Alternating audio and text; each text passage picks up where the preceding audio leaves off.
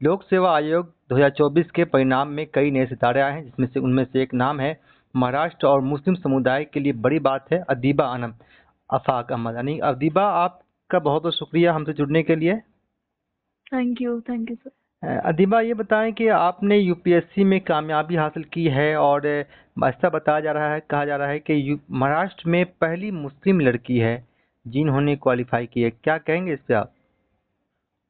मुझे बहुत ज़्यादा खुशी है कि फाइनली जो है वो एग्ज़ाम मेरा क्लियर हो गया है। हम्म। ये चीज़ मुझे बहुत बात पता चली है कि ऐसे भी कोई रिकॉर्ड है कि महाराष्ट्र से फर्स्ट मुस्लिम वुमेन है जो आईएएस बनी है। हम्म। मुझे खुशी है इस बात की कि मैं एक तरह से जो है वो रिप्रेजेंटेशन हमारी कंट्री में जो सिविल सर्विसेज में जो रिप्रेजेंटेशन है उसको थोड़ा और बढ़ाने का जो है वो जरिया बनी हूँ।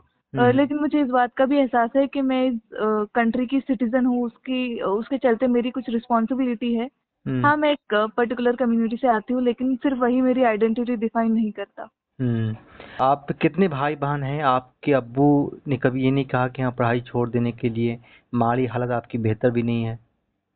जी, मेरे 2 भाई हैं जो मुझसे छोटे हैं। हम्म। पापा ने, जैसे कि आपने कहा कि फाइनेंशियली जो है वो बहुत स्ट्रगल किया है पहले से ही। हम्म।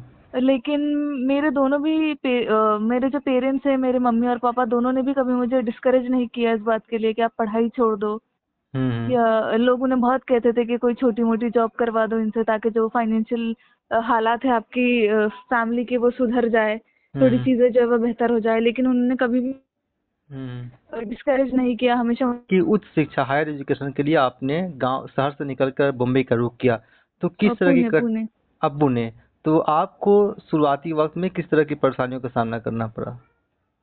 जी, क्योंकि मैं छोटे शहर से जो है वो अचानक ही एक पुणे जैसे बड़े शहर में चली गई थी। अच्छा, आप पुणे में तो रहती हैं आप लोग इस वक्त? जी, जी। अच्छा, तो अच्छा। चीज़ें जो है वो थोड़ी-सी मुश्किल थी। वो आमतौर पर होती है जब भी आप जो है वो थोड़ी छोटे शहर से या छोटे गाँव से किसी बड़े शहर में जाते हो, तो आप वहाँ पे बिलॉन्ग फ़ील नहीं कर पाते। लोग जो हम्म। है वो आपसे काफ़ी जो है मुख्तलिफ होते हैं, हम्म। और बहुत ज़्यादा आपको जज भी किया जाता है कि आपके रहन-सहन का तरीका कैसे है और बाकी चीज़ें जो है वो कैसी है। तो हम्म। थोड़ी मुश्किल हुई थी, पर मुझे लगता है ये कोई बहुत बड़ी परेशानी नहीं है। हम्म। लाइफ़ में इससे बड़े-बड़े चैलेंजेस होते हैं, आप उन्हें टैकल कर ही लेते हो। आपने फर्स्ट अटेम्प्ट में ये पास की है या सेकंड थर्ड, कौन सा अटेम्प्ट था आपका? ये मेरा 4th अटेम्प्ट था। अच्छा। जी, मेरा 142nd अटेम्प्ट 142nd रैंक है, और मैं होप कर रही हूँ कि मुझे मेरा जो फर्स्ट प्रेफ़रेंस है आईएएस वही मिल जाएगा। हाँ, तो हाँ। मुझे ज़रूरत नहीं होगी दोबारा एग्ज़ाम देने की इंशाल्लाह। आप एक ऐसे समाज से आई हैं जो पिछड़ापन महसूस करती हैं आज के वक्त में, और उसके बारे में क्या कहेंगे आप? क्या मैसेज देंगे आप लड़कियों को?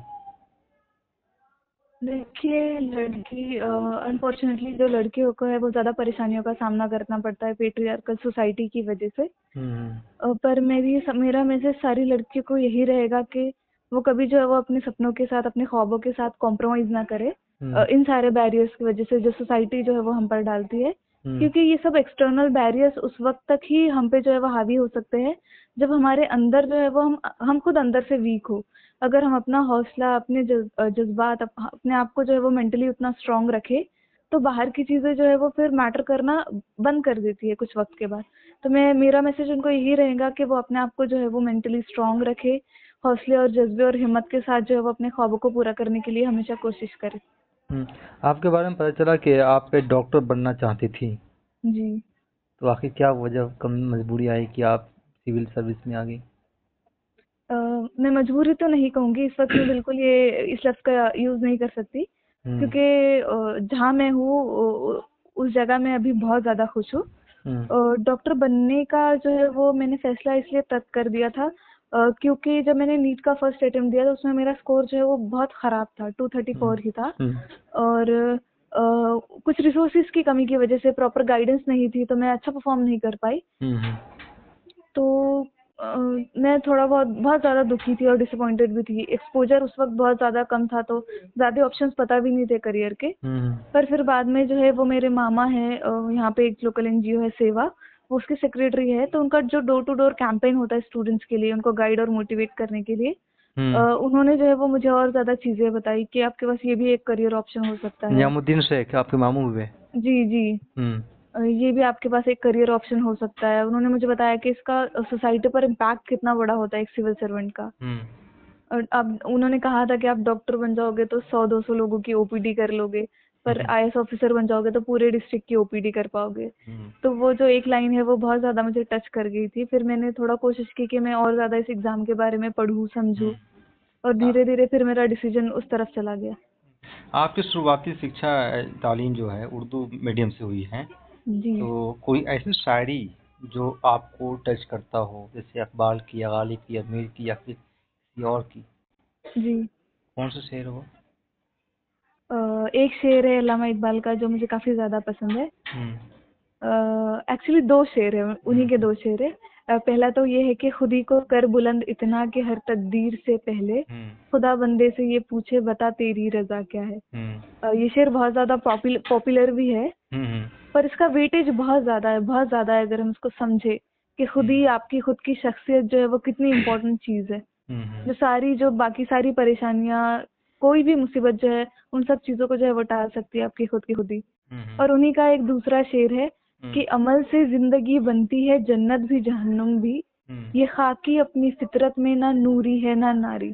तो अमल, एक्शन की जो इम्पोर्टेंस है वो इस शेर में दिखाई देती है कि आप जो है वो कुछ नहीं करोगे, बैठे रहोगे तो कैसे भी आपके हालात नहीं बदलेंगे, कुछ भी नहीं होगा। पर अगर आप अमल करोगे, एक्शन लोगे, कोशिश करोगे अपने हालात को तब्दील करने की, तो कुछ तो होकर रहेगा, कुछ तो जरूर होकर रहेगा। लास्ट मैसेज क्या देना चाहेंगी मुस्लिम लड़कियों को, यूथ को? क्या आपका मैसेज होगा? मेरा मैसेज जो है वो सारे यूथ के लिए, सिर्फ मुस्लिम लड़कियों के लिए नहीं बल्कि इस देश के सारे यूथ के लिए है कि आप जो है अपनी लाइफ के आप खुद हीरो हो। आप इंतजार मत करो कि कोई और आएगा और आपकी मदद करेगा, कोई और आपकी मुसीबतें जो है वो दूर कर देगा। आप अपनी लाइफ के खुद हीरो हो। आपकी लाइफ में बहुत सारे विलन्स आएंगे लेकिन आपको उनसे डरना नहीं है। आपको अपने आप के लिए काम करना है, आपको अपने आप पर हमेशा काम करना है। आपको सेल्फ इंट्रोस्पेक्ट करते रहना है कि मुझ में क्या खामियां है और मैं उसको किस तरह से दूर कर सकता हूँ या कर सकती हूँ। मैं क्या कोशिश कर सकता हूँ कि मेरे जो ख्वाब है वो पूरे हो जाए, मेरे आसपास जो लोग हैं उनके ख्वाब पूरे हो, और मैं जो है वो ना सिर्फ अपने लिए बल्कि बाकी लोग जो है, इस मुल्क के जो लोग हैं, इस दुनिया के बल्कि इस दुनिया के जो लोग हैं, उनके लिए क्या कर सकता हूँ, ये कर सकती हूँ। बहुत बहुत शुक्रिया आपका अदीबा अनम, आपने अपना कीमती वक्त दिया।